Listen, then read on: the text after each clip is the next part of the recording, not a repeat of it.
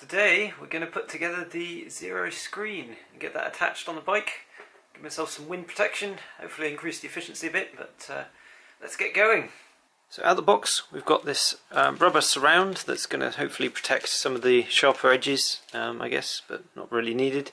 The screen itself with some pre-drilled holes to attach it to the bike, and we've got this little sort of wind deflector additional bit. I guess you call it a spoiler. I've also got the kit of parts, so all the rods and things that we're going to need to put it onto the frame. Also on the back we've got the instructions, which I only just found. So we've got the instructions here. We need a 3 to 6mm hex driver, and everything else is included.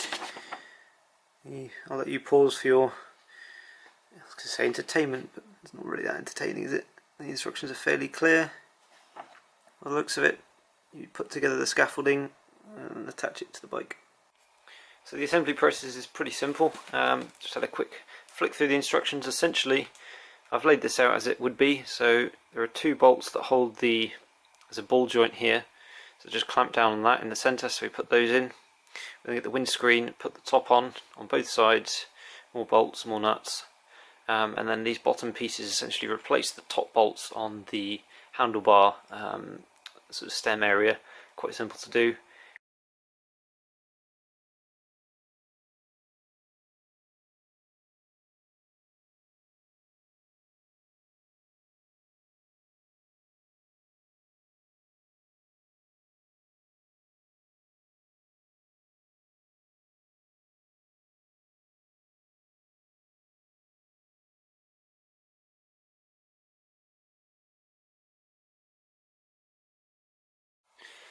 So now we can thread on the mounting points, so they just sort of press fit onto there. The bolts go on the inside as far as I know. There we are, so we've got this set up and ready. Now we just need to get the bolts off on the bike. Right, so now we need to take off the top two bolts holding the handlebar on. These are probably going to be very stiff, so I'm going to use a nice long Allen key. Obviously the new bolts are going to be longer and they're not going to have the same white marks. The manual does say a torque setting, but again I don't have a torque meter, so I'm not going to be able to do that. So the recommended is 19 foot-pounds. We operate in Newton meters. I'm not going to do the conversion, I don't have the tool, so we'll tighten up as much as it seems reasonable. Yeah, very stiff. Use a long tool, always worth it.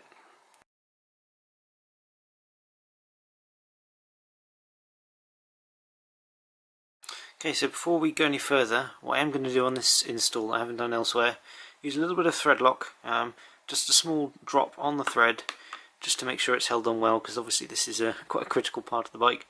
Holding the handlebars on at high speed, you're probably not going to want that to come loose. So just a small dab on each side, just to hold it in place before I screw it down.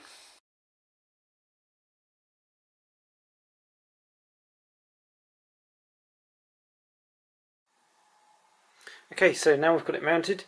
It's not firmly mounted yet, so everything is a bit loose, and obviously the handlebars are going to be a bit wobbly because there's nothing holding them on one side now. But essentially we can then manoeuvre this to where we want it to be. Based on the design of it, it looks like it's supposed to fit just behind the instrument cluster, so you can't see it that well, but there's a small gap down here which I'm going to sort of pull it up to, essentially threading it back through the two clamps here, so that it's sort of in line with everything. So just going to thread that through now.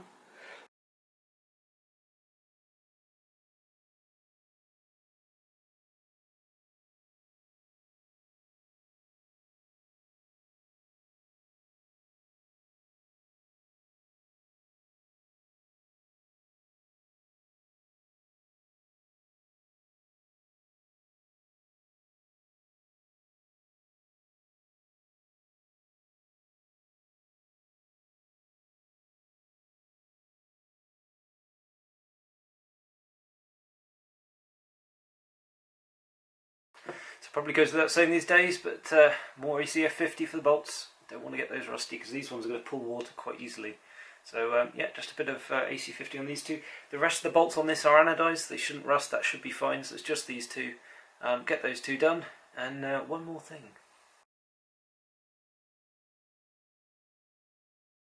So I lied, there are actually two more things. Firstly, we're going to fit the little rubber tubing that goes around the top. I don't think it really does anything, but I'll put it on there for a time and see if I like it. And then there is actually one more thing, so let's get this fitted. Comes with these little sort of clamps, metal pieces. So those have gone at the ends, just to sort of hold it in place.